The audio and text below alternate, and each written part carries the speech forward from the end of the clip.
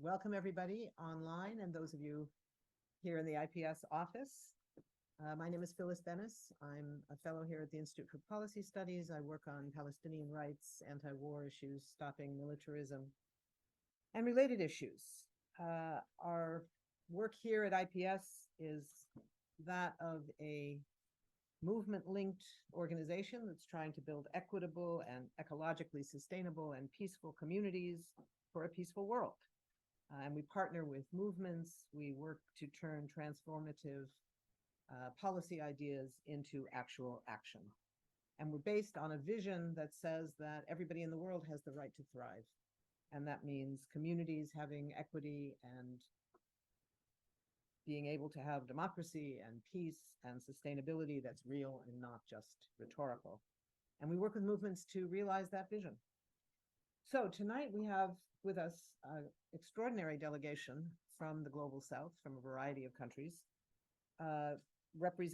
coming out of the work of IPS's Global Just Transitions Project and the Eco-Social and Intercultural Pact of the South, which you'll be hearing about more later, and the Global Working Group on Beyond Development, which you'll also hear more about tonight.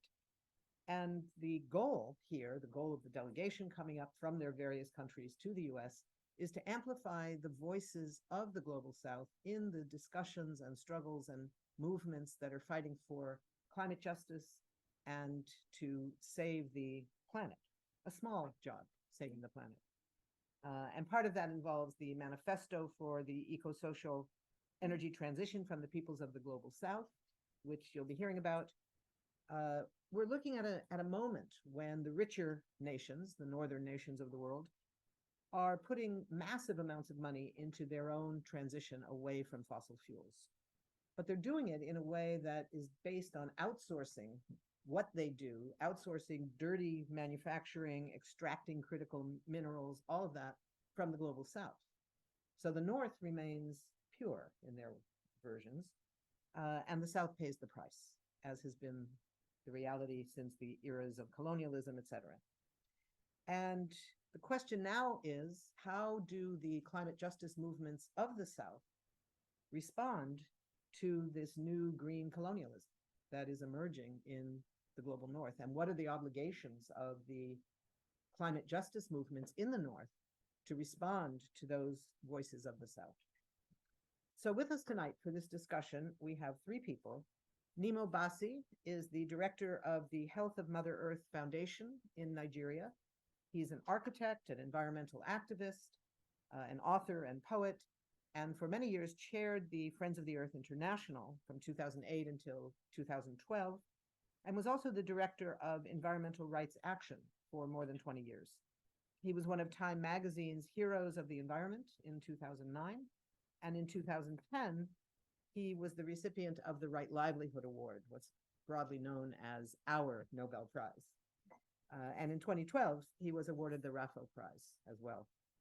Edgardo Lander is a Venezuelan sociologist, a professor emeritus at the Central University of Venezuela and at the Universidad Andina Simón Bolívar in Quito, in Ecuador.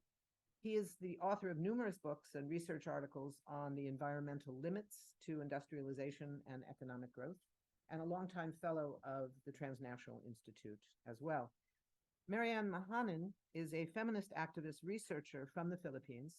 Maryann is currently a doctoral assistant with the Conflict Research Group of the Department of Conflict and Development Studies at Ghent University in Belgium. We're going to start tonight with Edgardo. I think we will plan on each speaker going for about 15 minutes, and then we'll have time for Q&A and discussion with people here as well as with people online. So welcome, and I look forward to a great discussion.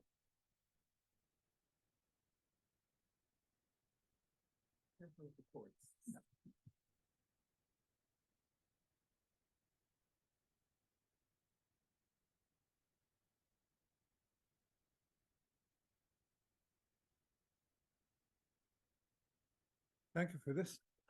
Thanks to TNI for organizing this meeting.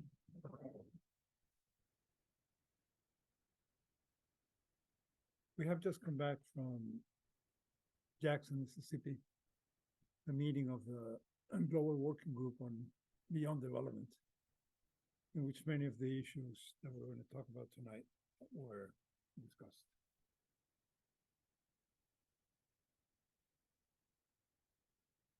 We all agree that life on the planet as we know it is seriously threatened. Threatened by a civilization pattern that is based on continued war on nature, on the assumption that unlimited economic growth is possible in this limited planet. Climate change is making an increasing parts of the world unlivable, and the sixth great extinction are the two most dramatic expressions of this destructive policies, tendencies. We also know that the problems that we face as humanity require alternatives that are both urgent and global. The multilateral system has completely failed in its responsibilities. National governments and the COPs have been, to a great extent, co-opted by global corporations, blocking the possibility for any decision that can limit the profits. In a context of a crisis that can be no longer seen as a possibility for the future, but as a present condition is killing people and destroying the means of life of millions, CO2 emissions are at the highest historical levels, and big oil has had its greatest levels of profit over the last 2 years. What should I do with this? Sorry. Wait. Let me. He says that you need to increase your volume, so you need to shout a little bit. Okay. Edgardo, because Heather couldn't translate. Yeah, speak loudly. Yeah. Get closer to it. Yeah, speak louder anyway. Yeah. I'm just putting this cables here.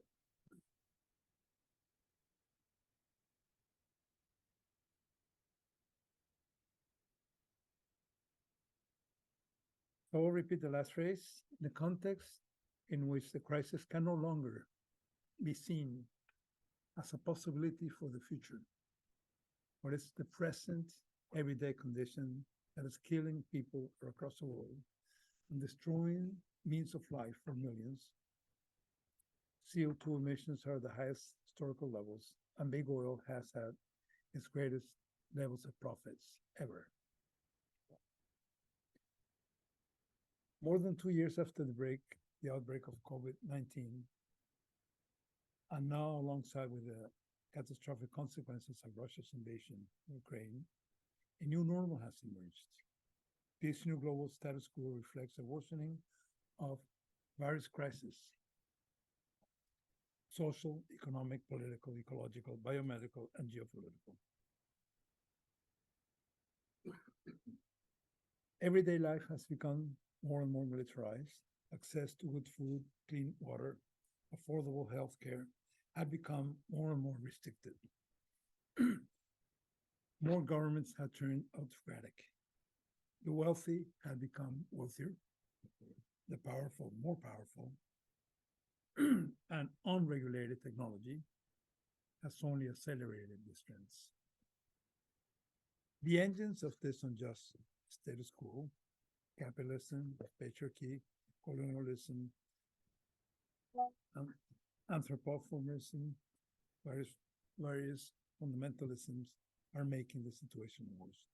Therefore, we urgently need to debate and implement new visions of a socio-economic transition that are gender just, regenerative, and popular, and that at once local and international. There is an urgent need for a global response, away from the false solutions of the green economy, sustainable growth, market mechanisms, and technological fixes that have dominated the debate over the last decades. All these proposals can be characterized as north-centered and as rejecting the recognition that the problems that we face as humanity are structural problems.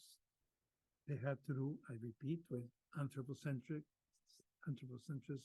inequality, colonialism, patriarchy. with the logic of unlimited capital accumulation.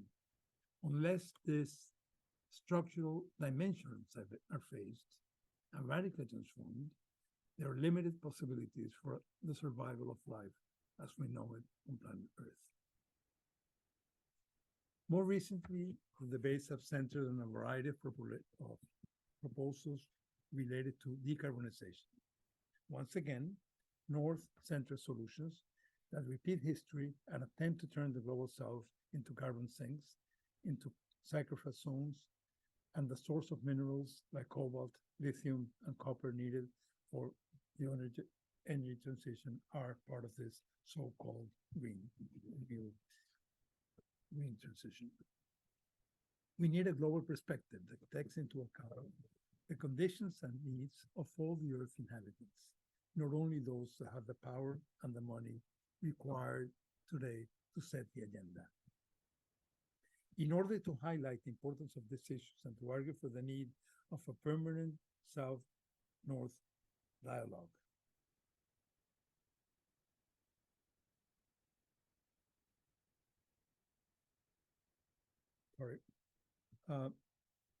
I would like to introduce you to two papers that have been produced by the Latin American Eco-Social and Intercultural Pact of the South and by the International Working Group Beyond Development. Documents that we would like to share as contributions to this necessary debate in which the issues that we face can be discussed from multiple perspectives and go beyond this northern-based perspectives that have dominated climate debates and its crisis of civilization in the last decades. In the Manifesto for Ecological Energy Transition from the Peoples of the South, we hold that the problems of the global geopolitical South are different from those of the North and of rising powers such as China. An imbalance in power between these two realms can only persist because of the colonial legacy. What has deepened these two realms in the deepening of this imbalance persists because of the colonial legacy. But it has deepened because neocolonial energy models are today dominating all this discussion about the transition. In the context of climate change, ever-rising energy needs and biodiversity loss, the capitalist centers have stepped up the pressure to extract natural wealth and reclaim cheap labor from countries in the periphery. In this well-known extractive paradigm, the North is still placed in a condition of increasing the ecological debt with the South.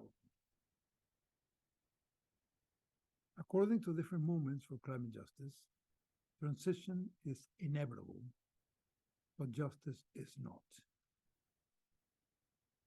So our emphasis has to do not just with the notion of transition, but a transition that has to be framed in terms of justice. We have to question whether we still have time for a democratic transition. Can we transition away from neoliberal economic systems in a direction that sustains life, combines social justice with environmental justice, brings together equalitarianism and democratic values with resilient, holistic social policy, and restores an ecological balance necessary for a healthy planet? But for this, we need more political imagination and more utopian visions of another society that is socially just and respects our planetary common house. The energy transition should be part of a comprehensive vision that addresses radical inequality in the distribution of energy sources and advances energy democracy. It should de-emphasize large-scale institutions, corporate agriculture, huge energy companies, as well as market-based solutions. Instead, in most strengthen the reliance of civil society and social organizations, communities, and grassroots organizations in general. In this document, the manifesto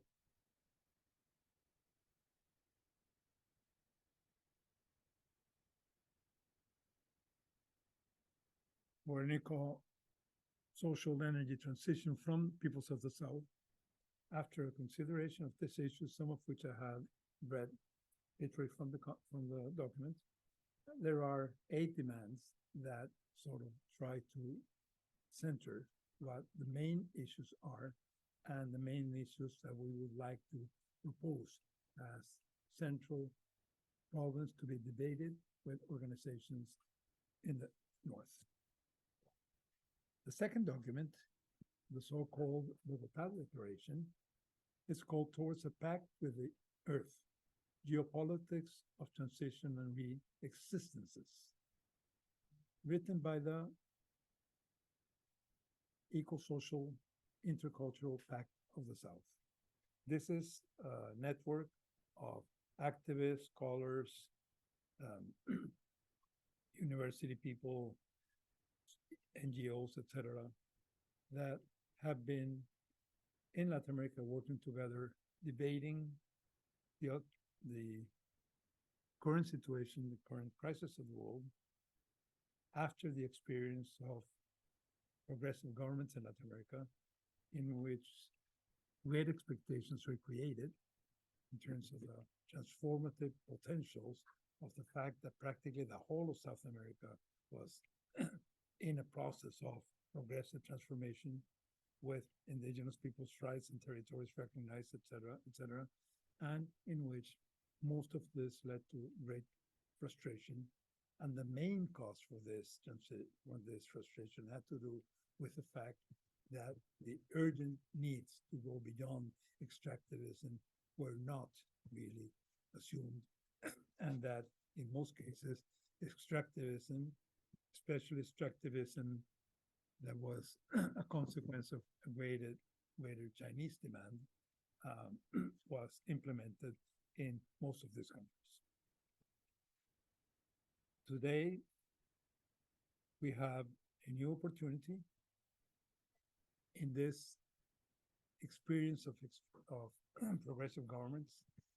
It is only the government of Petro in Colombia that seems to have taken the issue of oil extraction, leave the oil in the soil, and the search for energy alternatives, not only in technological terms, but in social terms, in political terms, in terms of energy democracy, in terms of energy control by communities, energy democratization as a central conception of what can be an alternative to centralized oil production, is really being taken seriously. And of course, this is a huge political challenge because it confronts both the pressure from international corporations that want to invest and continue production of oil in the case of Colombia, but at the same time by right-wing opposition parties that unfortunately have a majority in Congress, and that makes the Colombian situation quite good. I'd like just to mention some of the things that are contained in this document. One is the need to pay special attention to language. The way that international organizations like the World Bank, etc., and global discussions on climate change have appropriated the language of struggle, the language of movements, the language of communities, and just transformed it to something that means exactly the opposite. It's something that we have to be on guard on against. Everybody today agrees on the need for a green transition, but it can mean radically different perspectives, radical different things, and it can just be used as a way in which to try to legitimize the continuation of the same model. talking to colleagues in the North, there's a great variety of proposals related to the notion of a Green Deal. Some are quite radical, quite transformative. Many are not. Many are framed within this northern perspective in which the global south is not more than an afterthought, in which the consequences for the rest of the world are not really incorporated into the conception, into the core, the notion of what this transition could mean. And that means that, again, this would be a repetition, even from very critical activists in the North, of this North-centered vision in which the South, the global South, is a place for sacrifice of peoples and territories. There is a growing consensus that decarbonization is the way out of this crisis, and that's a one-sided approach that completely ignores two basic issues.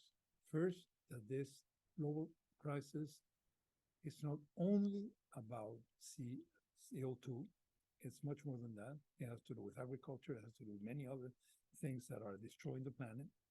And on the other hand, the fact that you have a reduction of CO2 emissions does not necessarily mean that the planet is going to be safer, cleaner, etc. for all, because many of the new energy systems are based on very violent, aggressive, extractive activities in the global south. In the case of South America, for instance, the so-called lithium triangle between Bolivia, Chile, and Argentina is a wide area of very dry territories basically occupied by indigenous people, and this lithium extraction requires enormous amounts of water. So they're depleting water resources, expelling people from their territories, and this is all in the name of a green transition. So we have to really consider the whole chain, the whole impact, and not only the impact on northern cities. That's the case in talking about electric cars. Electric cars can make life in northern cities less contaminated, less noisy, and apparently is presented as an alternative in this decarbonization process. But at the same time, it requires more metals than traditional automobiles, and it keeps many of the problems that have to do with the way the cities are designed, traffic, and the whole irrationality of individual transportation when there is a need for structural transformation of communication systems. So there's just so many ways in which you just have to dig a little and realize that most of these proposals continue to be in the category of false solutions. And if these false solutions seen from the South are seen as solutions that really put the solution of so-called climate issues in the North on the back of the South, then it's obviously not a just transition or a transition that's really replicating these colonial perspectives. So this is a call to, I repeat it, we need to approach these issues as global issues. They have to do with the survival of mankind, of life in the planet as such. And if it's seen in terms of national perspectives or northern perspectives and excludes the great majority population in the world that lives in the South, it's going to lead to nothing but more destruction. And this will make it simply impossible to go beyond this destructive path. Thank you.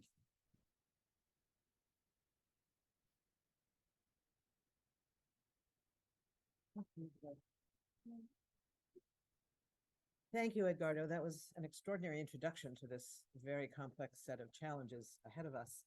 Nnimmo, I think you are on next. Thank you.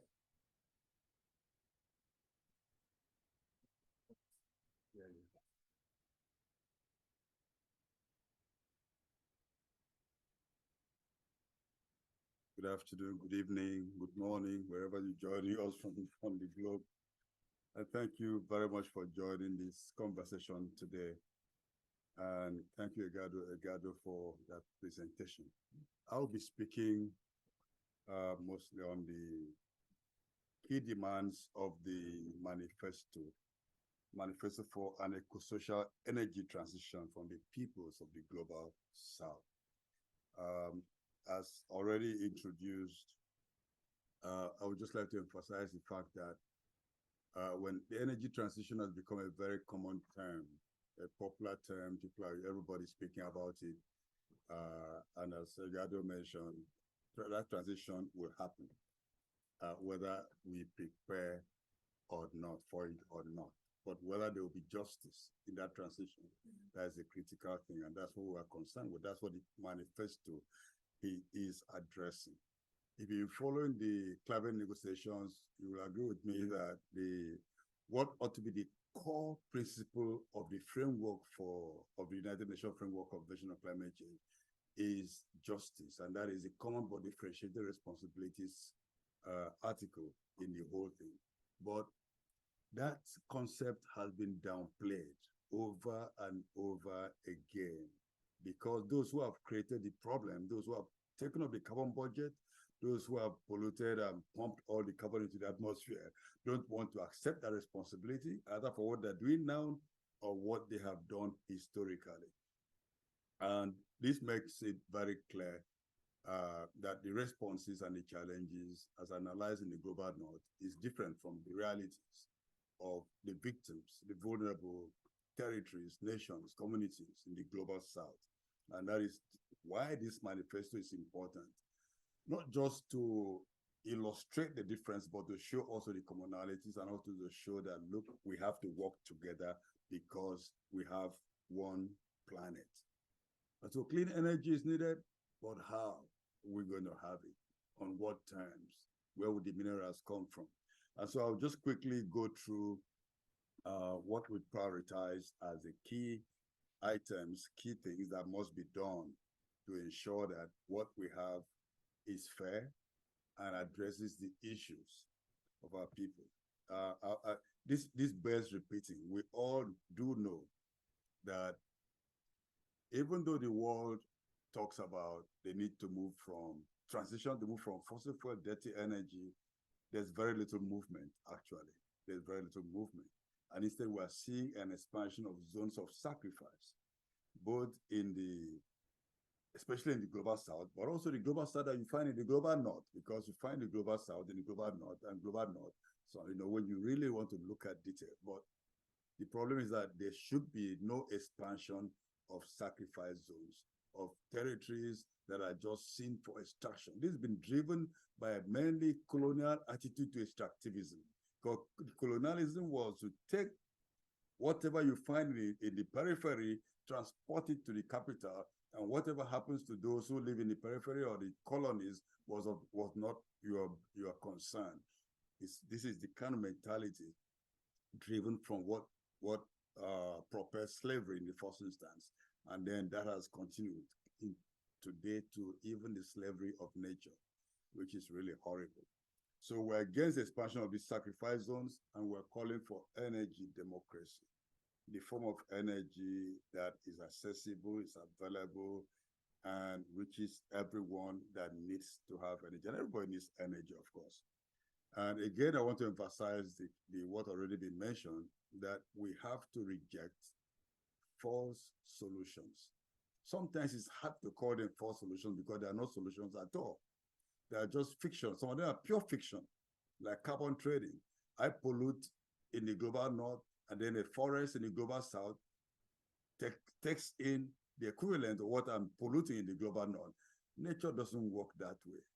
And that's a clear false solution that has given a rise to so many variants: carbon capture and storage, carbon dioxide removal, geoengineering of various forms.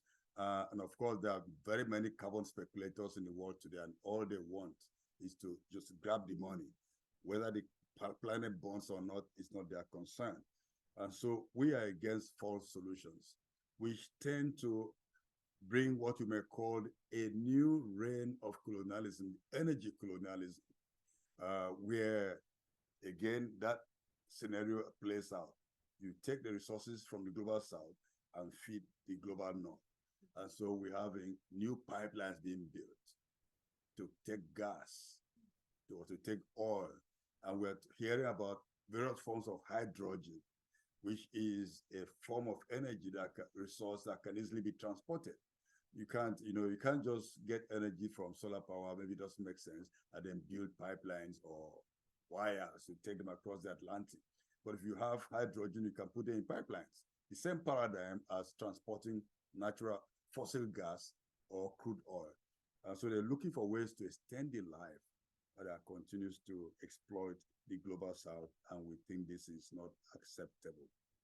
And the one key demand of the manifesto is that the climate debt should be recognized and paid. We believe this will put paid to all the debates about green climate finance that nations are not willing to contribute to, that they keep playing politics with, promising 10 billion and never rising to it, promising 100 billion and everybody's dancing backwards. At the last conference of parties, Sharm el-Sheikh, the agreement was that there should be now what is known as payment for loss and damage. Fantastic. We'll be demanding for this, and we would like to see that done. But almost 1 year down the road, there's no agreement on what shape or form it would take and who will bring the money. And most likely the next COP, there may be no headway. And so we believe that payment of climate debt would address a lot of these issues. We wouldn't need to plead with anyone to pay a green climate finance or loss and damage, but this would be the real reparation that is needed. And if anybody wonders where would the money come from, very easy, very easy. The rich countries spend about more than $2 trillion every year in warfare. A fraction of that every year would address this issue of climate debt. So that's a very, very important point, which includes ecological debt reparations, cancellation of debts that nations have been forced to owe. The other demand in the manifesto is that fossil fuels should be kept in the ground. Keep the oil in the soil, keep the coal in the hole, and keep the tar sand where it belongs. And we have a very brilliant example in what happened in Ecuador on 20th August, when the people voted, 56% of the voters said keep the oil in the soil in the oil fields at Yasuni. And we think this is a very good example that should be replicated around the world, just to give nature a moment to rest and recover from the traumatic activities of humans all over the place. So keeping the oil in the soil would not only keep carbon out of the atmosphere, it will also help to trigger a shift that would bring more jobs, green jobs to workers, because we'll be compelled, it looks like we need to be compelled to begin to produce energy in a different way and not just keep on using the same paradigm that has destroyed communities, destroyed environment, and created more and more problems. So the manifesto demands a rejection of any form of green colonialism. And one other point the manifesto emphasizes is that we realize that many earth defenders are being killed around the world.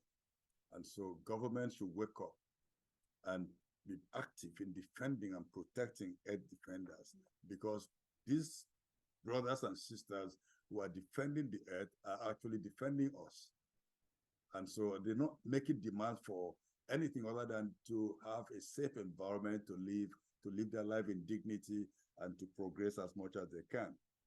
So that's very great, very, very important. Then finally, I would like to, we hear more about this, but there are some trade deals and agreements that allows transnational corporations to sue and twist governments when government decide to stop certain kinds of businesses that are destructive extraction. And if government decide to say, okay, we're not taking crude oil anymore, we already had the resistance in Ecuador, where politicians said we're not going to follow what the people said we should do, and even the credit rating companies also saying that if they keep the oil in the ground there, Ecuador is going to lose all their credit standing and won't be able to operate financially in the international market.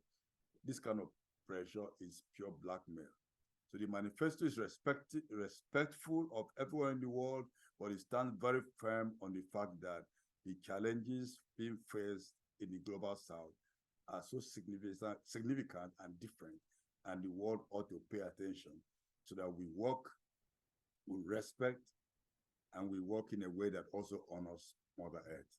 In summary, that's more or less what the key things. Please go online, download the document, and digest it and join the conversation. Thank you very much.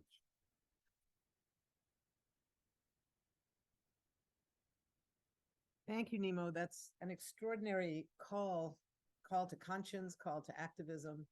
This notion of nature doesn't work that way.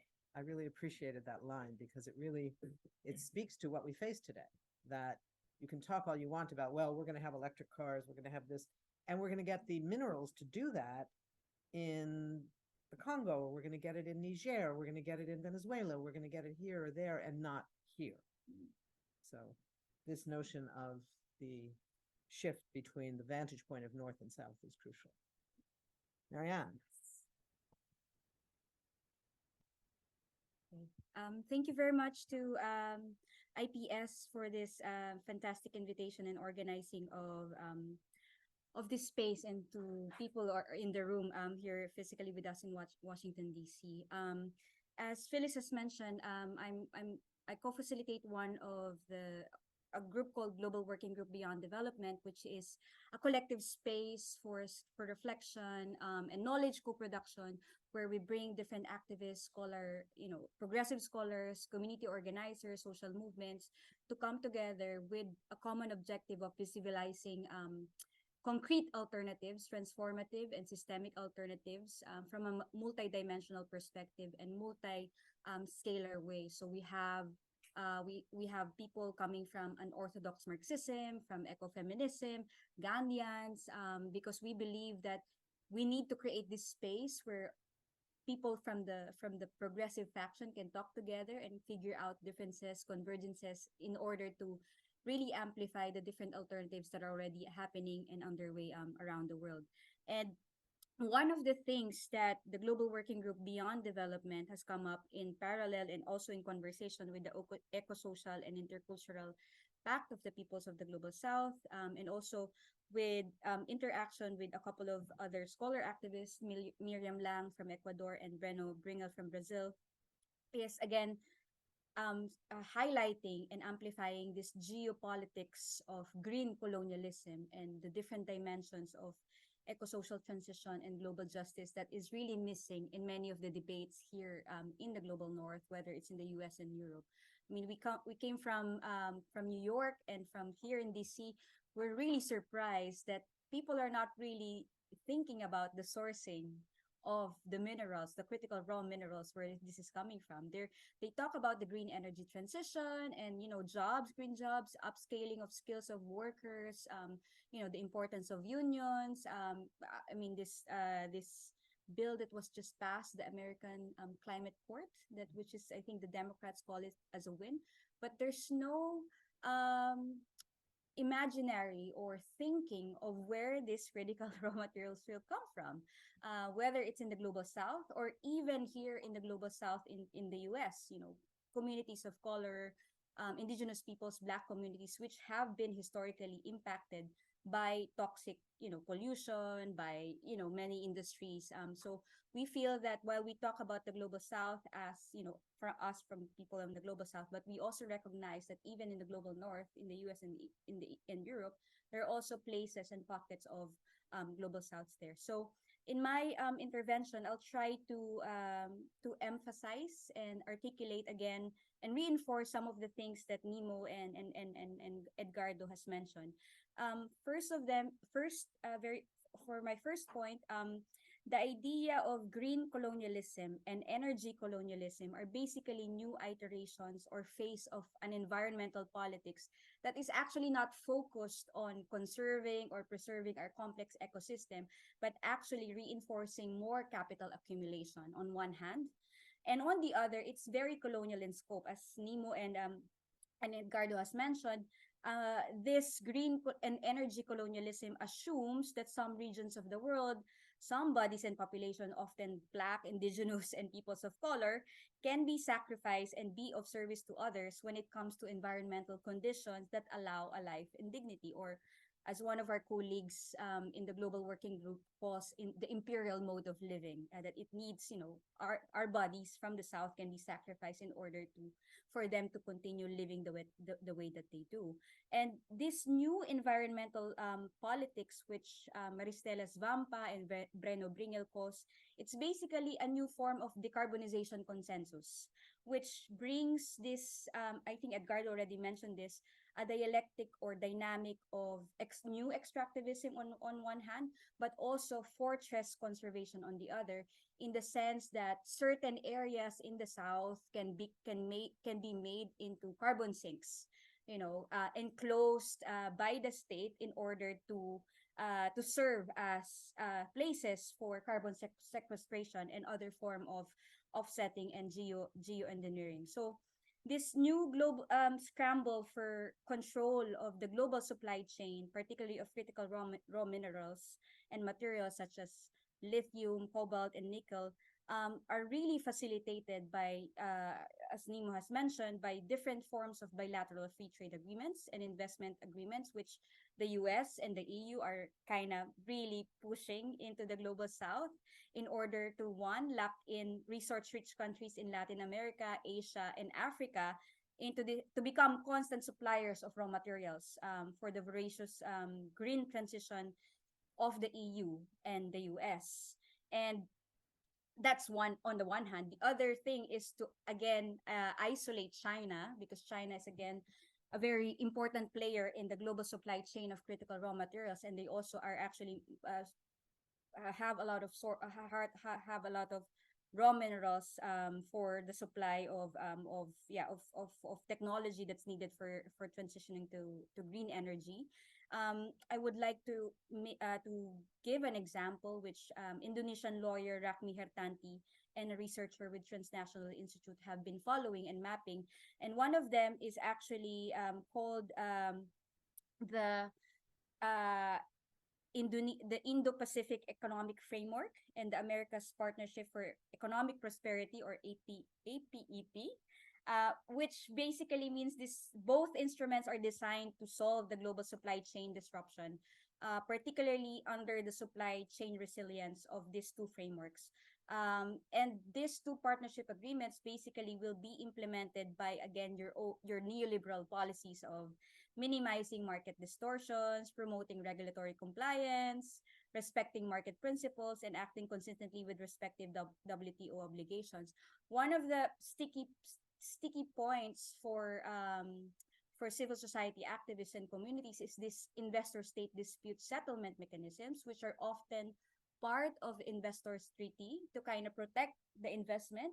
And this has happened, for example, in Indonesia, where the state under Jokowi actually instituted a new set of neo-protectionist policies, because Indonesia wants to position itself as a key player, not only as a source of raw minerals like cobalt and nickel, but also to basically institute green industrial policy, kind of revive their manufacturing, their processing, because these are being done basically by corporations and private capital or foreign capital. But what many of the corporations did is that they went to the WTO and in the International Arbitration Panel to sue the government. So even though, for example, Indonesia won in several cases, they still have to pay for the arbitration case. They have to pay for the lawyers. So it's, again, taxpayers' money in the case of this ISDS, or investor state dispute settlement mechanism. The other mechanism that I think is very important to emphasize, and this is, again, has to do, for example, with creating this huge chunks of forest to become carbon sinks, is a new brand of global environmental multi-stakeholderism. I mean, the World Economic Forum, Klaus Schwab, calls that corporate multi-stakeholderism, that basically emphasizes a new sustainability buzzword, which I think, if you heard of it and haven't really researched it deeply on what it means, it's actually a good benign word. Nature-based solutions, kind of using nature heal itself, to kind of address the climate change. But again, this type of new nature-based solution is anchored on a very insidious logic of basically making nature as capital, or using nature as an accumulation strategy. And that means putting a price tag on all the services that nature provides. So for example, water purification, for pristine watersheds, or carbon sequestration of forests and the oceans. And that has basically started, was launched in Rio Plus 20 in 2012, during the 20th anniversary of the World Forum on Sustainability, in which they met a lot of the corporations basically launched this natural capital declaration to emphasize that we should basically economically evaluate nature, because it hasn't been done, and we can earn a lot of profit from that. So for example, they estimated around 15 to 50 billion, a trillion of euros. So that's around almost the same as the US dollars, in terms of valuing nature's services, ecosystem services. And they've identified 17 ecosystems services and 16 biomes, which can be again translated and put a price on in terms of economic terms. So that's the first long point that I would like to make. The second point to reinforce again is on the issue of sacrifice zones. As I mentioned earlier, I was really surprised genuinely that not only the state officials or legislative aides are not aware of how green energy transition is creating sacrifice zones within the US and also particularly in the global south, but even civil society organizations within the US and the EU are not really aware of that. And this is again a sticking point, that even within the progressive movements of the left in both empires are not really aware of this. And this is one of the main objective of the Pacto, with the manifesto, because so we're using that really as a basis for campaigning and to come together, but also to reach out to potential allies in the global north, in the US and the EU, to be able to kind of popularize this experience of people in the global south, that any energy transition, just transition, should not be born on the back of peoples of the global south. And again, this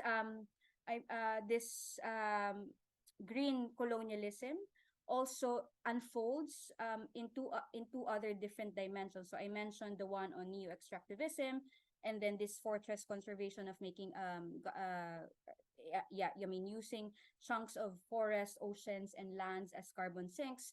The other two dimensions in which green colonialism unfolds is one, they use places in the global south as dump sites for the toxic and electronic waste generated using renewable energy resources.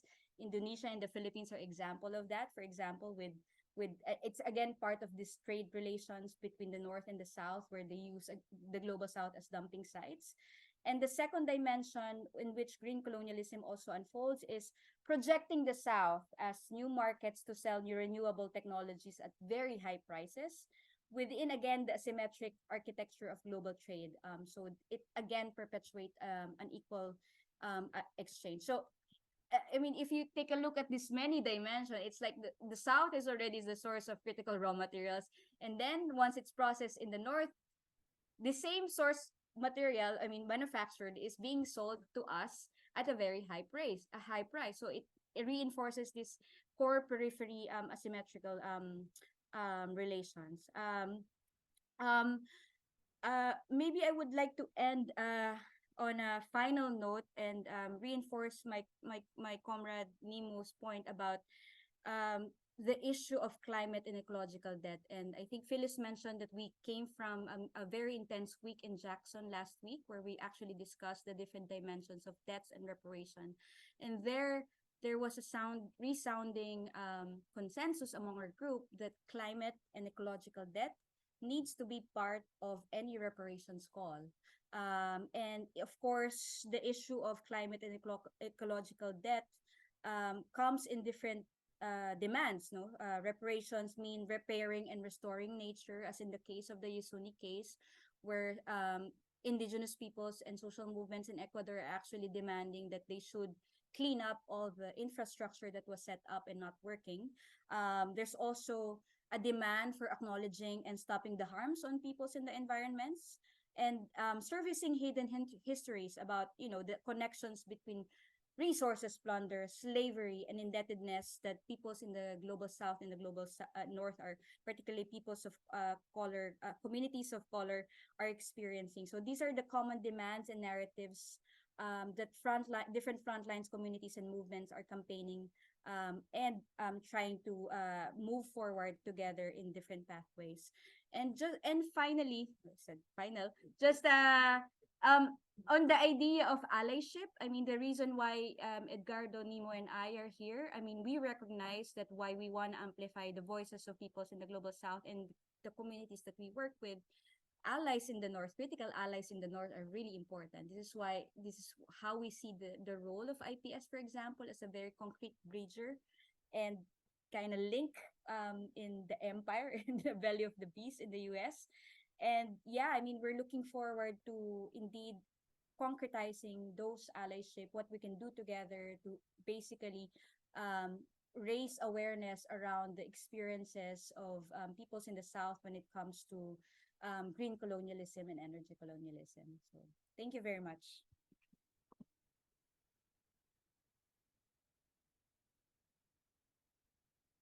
Thank you, Maryann. That's an extraordinary articulation of the challenges ahead as we look to what green colonialism means in the real world in terms of real people's lives.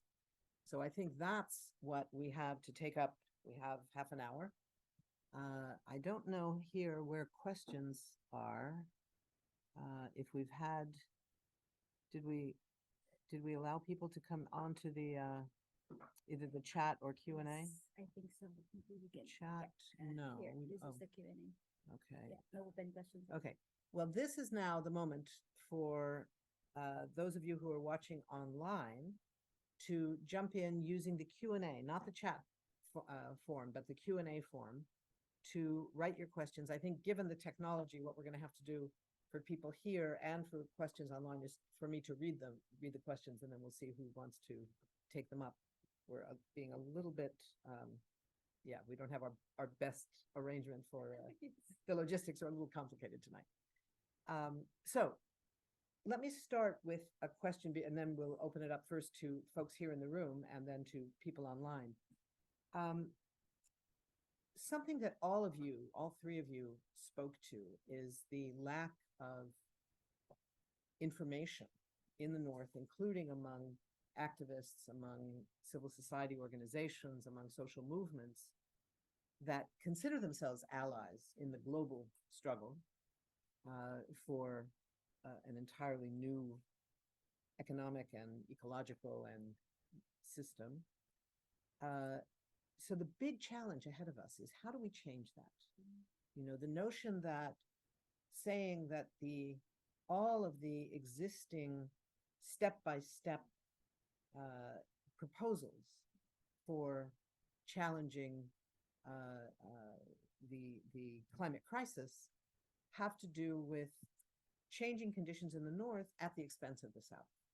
So the two questions that emerge from that are, one, the information side. How do we get that information out? What makes it real? Certainly the kind of visits like this of delegations of people from countries of the South that are facing these challenges, these contradictions, is a huge part of it. What else do we need? And then the other side of it is, what are we proposing globally? Does it mean that Northern economies simply have to strip away a great deal of the assumptions of how electricity is generated, how transportation works, the idea of a refrigerator in every home, all those things that have been taken for granted for so long by even almost all in the global North. There are clearly pockets of poverty, pockets of the South, but even in those arenas, the level of poverty is not close to what it is in the South. It's not comparable. So is that what I mean, if we are, if that is what we're saying, we should say that directly and say, how do we move towards that? What makes that possible ideologically and politically, in terms of information sharing and all of that? So those are big questions that I would pose. And I don't know which of you wants to take a stab at one of them or both of them first, with just a few ideas, and then we'll open it up as well to others. Respond to the first question and then Nnimmo and Edgardo. So I'll respond to the first question. Yes, in terms of the information, one of the things that the Pacto is doing right now, and it's, I think, a coming soon thing, is to produce popular materials about the manifesto. And I think they're co-producing with a number of musicians and rappers around, what an eco-social transition is. So that's one of the, I think, the ways that we want to popularize it, because of course it's a document that can be read, but sometimes people kind of misunderstood or not understand what it means. I mean, that was kind of evident this morning when we met with some of the legislative staff, that they read it, but they don't really understand the really deeply, and until we explain. So we're delving more into popular education, new forms like music, videos. I think that's one thing to kind of ensure that information about this is kind of shared in the global north, and because it can be shared.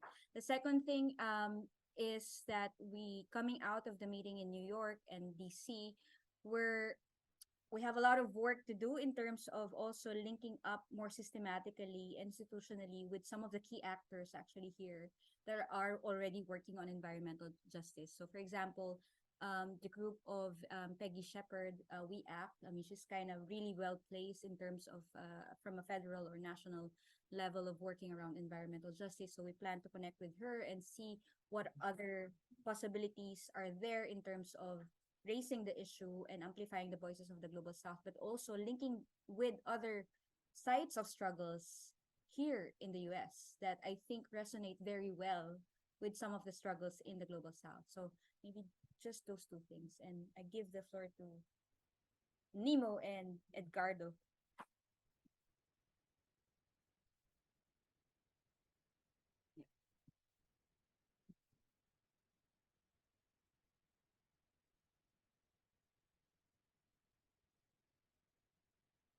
The other question that Phyllis presented is complicated.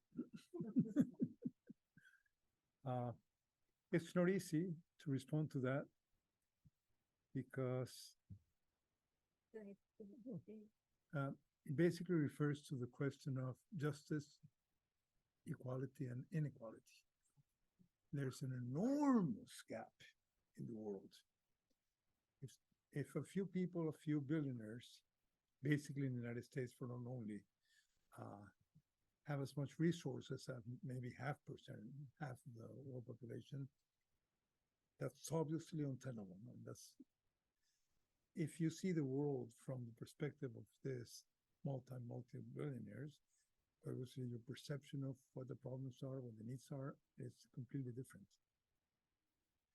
So, but there's been a lot of discussion and a lot of experiences in relation to that. I think from a theoretical point of view, a really important contribution that has been mentioned before is the notion of the imperial way of living. The notion that it's absolutely necessary for people in the North to recognize that they're living in patterns of consumption, patterns of relation to the rest of the web of life that are way beyond the capacity of the planet to reproduce. There's always some calculations, but I mean, if you live in a country where you're using resources that would require 5, 6, 7 planets in order to keep that level of consumption, there's obviously something wrong. I mean, that just can't be sustainable. There have been some important, not only theoretical, but also practical movements and activities related to the whole notion of regrowth. degrowth is a notion that since it's obvious that you can't continue limited growth on a planet that is already been overexploited in terms of this biological, biophysical capacity of reproduction, there has to be a stop and there has to be a reversal to more modest ways of living. And that could mean many, many things. It could mean if you take transportation, which is a big issue, obviously individual cars are not sustainable, period. And that's something that we have to get rid of. How do you construct the required imagination for people to realize that what they're doing, what we are doing, because we also do it in the South, is criminal. It's criminal because it's destroying the conditions that make life possible. I mean, that's simply not possible. And we have to realize that that mode of organizing our lives, as if we couldn't live without a car, just makes it impossible for life to subsist on the planet. And this is both a political change, but a change in culture, a change in imaginations, a terms in feelings and subjectivities. And this is obviously transformation of this type have occurred in history over long periods of time, but we don't have the time. So to what extent can we expect that, I mean, we have just come from a year of catastrophes all over the world in terms of droughts, in terms of hurricanes, in terms of all sorts of, that have impacted millions of people's lives. The most important being droughts in Africa that have led people to simply have to abandon their cattle and migrate in conditions in which they're not likely to survive crossing the Mediterranean. I mean, this is not something that's happening someplace else. It's something that we read front pages of the newspapers and the television programs every single day. For how long can we receive this information and ignore it? How long would it take for us to realize that these catastrophes are real and they aren't something that's happening some faraway places, but it's happening here? What happens when we reach the situation when northern cities have temperatures of 45 degrees, 50 degrees, where you simply can't live there anymore? What happens in the United States with this immense water crisis in a good part of the West? I mean, the modes of farming and the modes of exploitation of this water are simply not sustainable. They're destroying water sources at very accelerated steps. And this is not something that is ignored. It's there, and it's in newspapers, I repeat. There is sort of collective awareness, but at the same time, if you ask people on opinion polls, what are the biggest problems facing the country? Environment is simply not a priority. It might be a priority 3 days after some horrible hurricane or something, but then one of the consequences, or negative consequences of the war in Ukraine, is that environment issues were sort of pushed aside, and the war has become a much more important issue. And not only an important issue, but the militarization of society has increased, and the military have a huge impact on environment destruction. So in this interconnectedness of issues, we have to assume that struggles at every level, international, local, political, electoral, social movements, there's no possibility of choosing which is the right track. I mean, the optimum hypothesis of how to change, because there's no such thing. We are experimenting, confronting great difficulties. Resistance to this machinery of destruction is still extremely weak in terms of the challenges we face, but there's nothing we can do to resist, nothing we can but organize, think, have seminars, talk about it, publish, and sorry, there's no simple answer. Not a simple question. Nnimmo, do you want to join this one as well? Very short. Okay. Just one sentence. Or two. Yeah, I'll make 1.5 sentences in response. That to the last question about if the transition would mean stripping away the comforts of citizens, so people who are living in the global north and enjoying abundance of comforts and everything. What came to my mind when you asked that question was that right now there's a lot of investment, not just now, there's been a lot of investment by rich countries exploring space, looking for livable planets like Mars. Could people live on Mars or live on the moon or live on an asteroid or something? And right now, as we speak, some people are in training about to see how they could survive 1 year on conditions similar to that of Mars. So there's really serious concern that the world may become uninhabitable. And, some people think that they could afford to escape this planet. And I think that's really a very horrible, horrible mindset. But what I learned from it is that if we don't plan now for the transition, and if we think of the comforts, what we call comfort now, and forget about what will happen in future, when that moment comes, nobody will talk about comfort. It will just be survival. So it will be survival. People will be feeding out, living wherever they could find space, in caves, whatever. Anybody sees a camel to ride on will be very lucky, or a donkey. So people should not think about the comfort in long term, because it will be just a pipe dream. Let me see if we have Q&A. We don't have questions yet. Let me see if there's a question in the room, and then I have another couple that we can go into. Yeah, go ahead.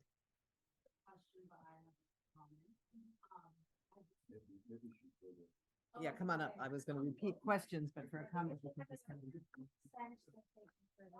Okay, in front of the. Oh, amazing. Hi, everybody.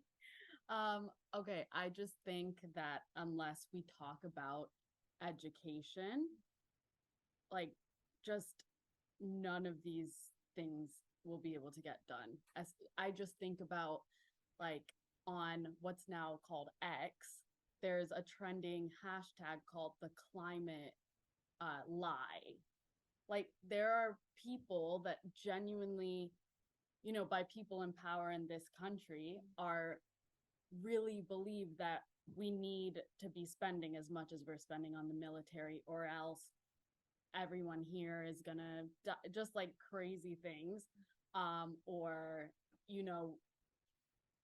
just we shouldn't be giving an aid, and just all of these crazy things. So if we don't work on the mindsets of people, especially in the US, like, they are believing these things that really scary things that people in power are telling them.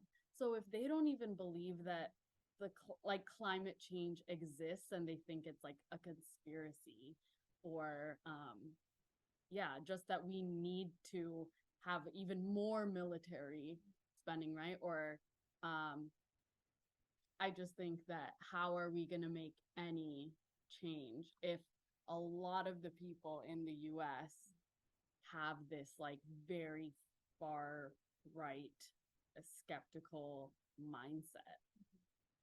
I hope that made sense. It's close to my bedtime. No, that absolutely made sense. Yes. Let me ask a question coming out of that, because I think that raises a critical question. It goes back to something Nnimmo said about, in the context of the demands here, that the question of where money will come from for all of this, to come from the military. The military budget in the United States this year is approaching $1 trillion. It's not quite there, but it's in the 900 billion area. And that means that 53 cents of every discretionary dollar that Congress has to play with goes to the military. It's an extraordinary thing. And that's, that means, of course, the US is spending 10 times more than, no, that's not the right, it's spending more than the next 10 countries, which include big spenders like China, India, Saudi Arabia, the other major military powers. So the question of education this is what made me sort of connect these two things. The question of education becomes key. So the struggle has gone on for a long time between movements against militarism and against military spending. And in most northern countries, the climate justice movement has moved on in parallel with that. The intersection of those two movements is critical to this. So how do you guys, coming from the South, you've spent some time in the North seeing some social movements, some others, how do you see that intersection and what more needs to be done to strengthen the the climate justice movement with an anti-militarist approach, and to strengthen the anti-militarism and peace movements with greater clarity about the demands for justice in the South for climate justice? How do those things come together? Nnimmo, you started that. Maybe you want to take the first crack at it. I'll do my contribution. Me? Yeah. No, I mean, I'll be very quick because, yeah, I'll be very quick with this because that's actually a fantastic question by Phyllis, and also just to reinforce the idea of, I mean, the point that what's your name? Angeli. Angeli said about the need for education, and from what Nnimmo and I heard from some of the progressive caucus members of the Democrat Party, they're actually investing on passing a bill in terms of the global Green New Deal, especially around education. So they're kind of breaking it up. So there's some hope in that. I don't know how far it will go, but I do agree that education is really critical to that.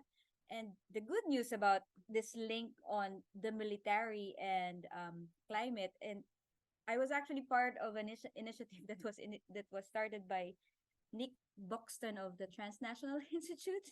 I remember at the Paris Agreement in 2015, we had discussions within the space of the parallel civil society conference to the COP, wherein we tried to kind of make links on climate justice and militarism and military spending and militarization. And although I haven't really followed the debates and the initiative, it seems to be that there's already that converging space and initiative around understanding what those intersections are. One of them is spending, and the second dimension is around resource securitization, of how basically the military are kind of creating the US military are kind of creating many of these spaces, but under the pretext of basically securing resources around the world. And one of the examples of that is, for example, the conflict in the South China Sea or the West Philippine Sea, where the US again has established many of the military bases. So there's that effort, which I think we can learn from and we can connect from. And I think the challenge with the manifesto and the pacto and the global working group is to kind of maybe plug into this existing initiatives and debates, but sort of like not to really reinvent the wheel, but sort of like follow what developments and key demands and ideas are already coming from the spaces, and maybe learn and exchange from each other in terms of what would that actually mean in terms of a just eco-social transition.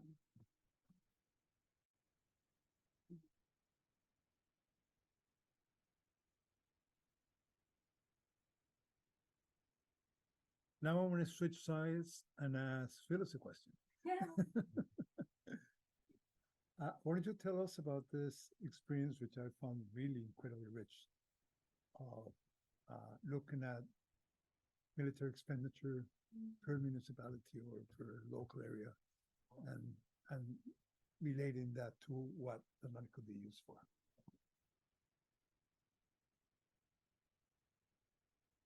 That's actually a fair question. It wasn't a cheating question as I first thought, because it gives me a chance to hype another project here at IPS, which has done extraordinary work. It's called the National Priorities Project. And what they have is a set of what are called trade-offs. So on their website, which is nationalpriorities.org, very easy to navigate, I'd recommend it for people, you can look at a whole host of military costs. So everything from the current military budget, which as I said is about, I think it's 950 something billion dollars this year, to the cost of the Iraq war from 2003 to 2011, the Afghanistan war from 2001 till 2021. You can pick a number of military things, and you can also input your state, your city, your county, or your congressional district, which can be a useful one. And it will tell you exactly how much tax money is being paid by the people of that entity. So say here in Washington, D.C., I can look up how much tax money is the population of Washington, D.C. paying for this year's military budget. And it'll be some extraordinary amount in the hundreds of millions of dollars. And then that's sort of always shocking enough when you go talk to an audience somewhere and say, did you know that your community is paying this incredible amount of money? And then your next step can easily be the set of trade-offs. So there's about 20 of them. And you can choose everything from COVID vaccines to how many children in Head Start, veterans getting health care, scholarships for college students from poor families, a whole host of possible uses of that money, which many of us would say that's what makes us safer. Wars do not make us safer. Education and jobs and healthcare, those are the things that make us safer. It will tell you what that money could purchase for each one of those or all of them together or any combination you want. So it will tell you that amount of money that your community is spending on a useless, devastating war that is continuing to kill people, whether it's in Somalia or in Syria or in Afghanistan or wherever it might be. What could that money pay for? And it will tell you how many thousands of children could get health care. How many houses could be retrofitted with green technology for heat. How many scholarships, Pell Grants, all these things. And it brings it home to people in a way that's very real. So that's a project that we have. The question that remains, thank you, Edgardo, for reminding me of this. The question that remains is how to get that information out. The folks in that project have done some great work with the Climate Justice Alliance, with the climate justice movements around the country, wrote a great pamphlet called No Warming, No War, that goes directly to this intersection. And making that more available is always important. But I also think that it's organizations that identify combined issues, that identify intersectionality. The Poor People's Campaign, for instance, which doesn't consider itself necessarily part of the organized left, but has done perhaps the best work in the last couple of years in this country, around the country, of building a movement. They call it a fusion movement that links both communities, who's in it, that it's all races, it's all genders, it's all ages, it's all geographies, it's all everything within this country. It's not international yet. But it also links issues. So it's based on the three evil triplets of Dr. Martin Luther King Jr., which are militarism, racism, and poverty, and adds climate, because Dr. King would have if he were alive today. And those four and how they interact become the centerpiece of the struggles of poor people around the country. There are 140 million poor and low wealth individuals in this country these days. It's almost half the population. 46 million, I think, children that are living in poverty. So these are huge crises that raise exactly the questions that we're raising in this country on a North-South level globally. So the question is building an internationalist component to the work of organizations like the Poor People's Campaign, like all of our climate justice work, all of our anti-war movements. How do you build internationalism into that? How do you build the combinations into the work of groups that identify as climate justice work, anti-war work? How do we get out of those silos? It's an ongoing, huge challenge for both progressive and self-defined leftist movements and faith-based movements and so many others.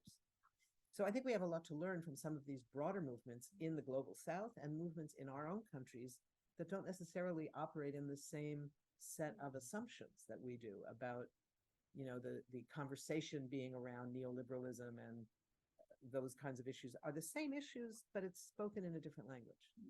And that's one of those things.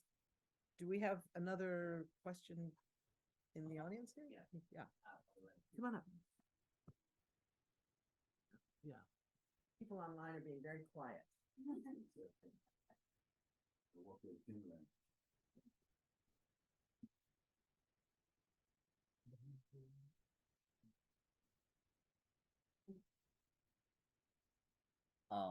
First of all, I really appreciate, I would like to tell you, I'm a new immigrant in this country, and I came from the country which is badly, or I would say, the worst effect area due to the climate change, which is Pakistan. Last year, we faced devastating floods, which displaced around 3 million people. And the most affected area is Sindh province, which is actually a very poor area, and people were used to live in mud houses, and they all are flashed, wiped away from the earth, their homes, their everything. So Pakistan is one of the most devastated country, or the most affected country. But I really appreciate, is for the first time I attended such a event in IPS, and I really appreciate, especially you, the information you have, and the grip on the topic you have. Everyone else has his own say, or her own say. I think there are three major components that we can that are really affecting or stopping this climate movement. Number one, I think the war machines, which they stop us from doing anything regarding the climate change. And the other thing is are the corporations, the big corporations, who are contributing actually in the climate change, such as oil companies, such as big corporations or think tanks, who are stopping us actually to work for the climate change. And the third, the government, the government, which is reluctant, or they pay very less attention on this important issue. They do talk about sustainable development, and they do talk about the environment, but they talk more and do less.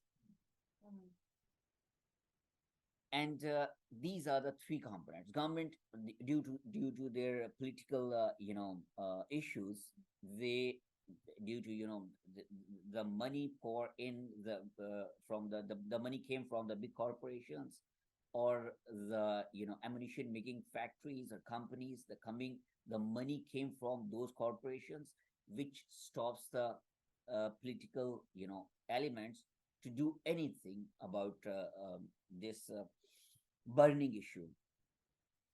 So these are the three things I think we are facing, which are stopping us to do anything.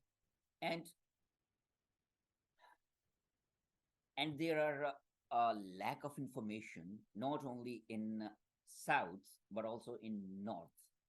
What is going on with the South, they have very little information about it. What is happening with the countries or with the areas which are being affected with these issues. People in the North, I talk with so many people here since I came. It's been around a year. People know very little about the countries or the areas which are affected with it. And I can see a decade ago, there was a very loud voice about climate issues. But after that, I mean, maybe I don't know what's the reason, the political reason or economic reason or whatever reason, these voices gradually they went down since last 1 decade. And now there there is they are talking about wars, they are talking about politics, they are talking about to snub that country or to snub the other country, but they are not talking about this important issue. I mean, the big people, they're not talking about this important issue. The solution. I'm IT guy. I can give you IT solution. I mean, my suggestion, not solution, is my suggestion. I'm sorry. Uh, the social media companies, the ID companies, they can play vital role in creating in awareness in south or in north or in global.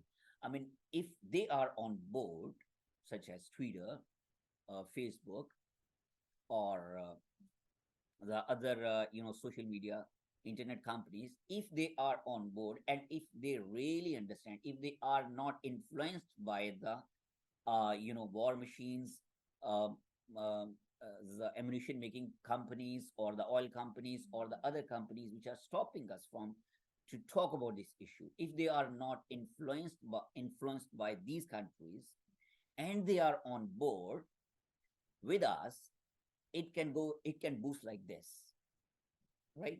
Thank you very much. Thank you for that. We're just about at our end. I wanted to see if any of the three of you want to jump in with a last closing. Did you want to? Sorry. Okay, one more question, then we have to close.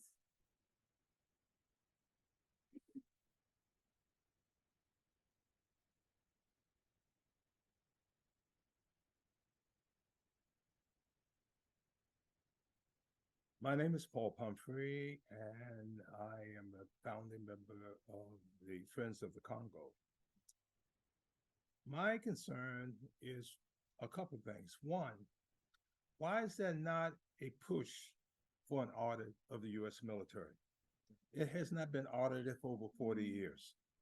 How do you spend half of your tax dollars in one department and no one knows what happens to the money? That makes no sense to me. Two, as long as we have a system driven by greed, you're going to have an environmental problem because the greed overrides any common sense solution to our environment. And three, I feel it's very, very important that we must look at the fact that that the U.S. government has participated in the mass killing of over 8 million people in the Congo since 1996. And what does that mean? One, the Congo has the second largest rainforest in the world. Two, it has the second most powerful river in the world. And that if, in fact, that river power was captured in hydroelectric dams, it could produce enough electricity to meet the electric needs of the continent of Africa for the next 30 years. So if we're going to talk about the environment, if we're going to talk about real solutions, it's there. But it's not going to happen if, in fact, you got a system that is driven by greed. Because you got too many other competitions of greedy corporations who will see that they will lose their edge on capturing the world's profit. And so I think we as people must make a decision. And that is, if we're serious about our environment, then we really have to begin to make some serious decisions about how do we go about addressing the problems of our environment. And one good example, one highlighted country in the world to me is what's going on in the Congo that could solve so many problems for so many people with fairly simple solutions. When you even look at the fact of batteries, the largest deposit of cobalt in the world is in the Congo. When you look at electronics, the largest deposit of coltan is in the Congo. You know, and so these are just points I think that we need to look at. And I would love to hear comments from the speakers.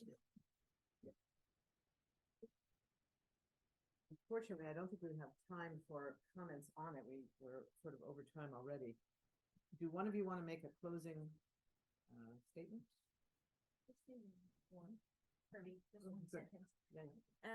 Just a closing statement for me. I think one of the things that the Global Working Group Beyond Development and the Pacto, the Ecosocial and Intercultural Pact of the Peoples of the South is, yeah, I know it's very difficult in English, are doing is basically putting forward this dialectic or idea of resistance and reexistence.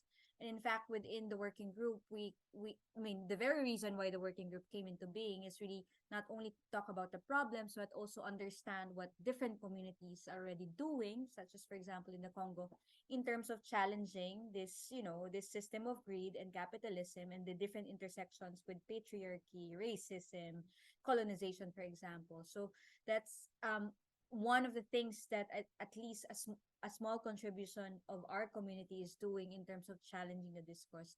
And this is why, again, we are here in the US, and we, you know, our comrades also went to the EU, because we need also critical allies here to, you know, walk the same path as us, and maybe having different proposals on the table where we can put up on the government and also the people, the powers that be, that are actually driving and defining the way that we want to live. Yeah. So, thank you. Thank you all. Thank you all for participating in this, folks online as well. Thank you for a fascinating set of challenges to our work here. That's really the takeaway from all this. This challenges our work, and we move forward.